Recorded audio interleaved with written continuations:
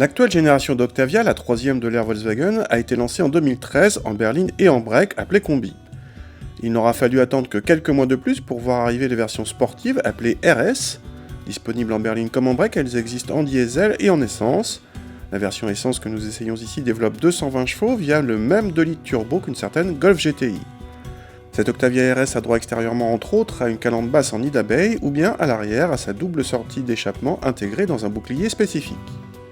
À l'intérieur, on retrouve bien sûr la planche de bord bien présentée des autres Octavia avec quelques éléments de personnalisation, compteur spécifique, siège au maintien renforcé, levier de vitesse et volant siglé RS et bien sûr quelques surpiqûres rouges ça et là.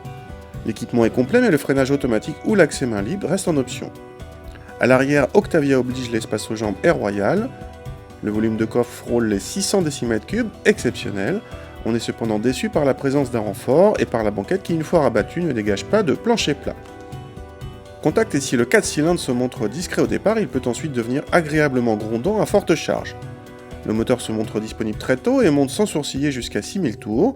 Il octroie des performances de petite sportive à cette Octavia avec au passage d'une commande de boîte rapide et relativement précise. Le châssis est bien sûr plus ferme que sur les Octavia classiques, mais le confort reste tout à fait conforme à un usage quotidien. En conduite rapide, l'auto est efficace mais manque un poil de dynamisme pour passer dans le camp des sportives.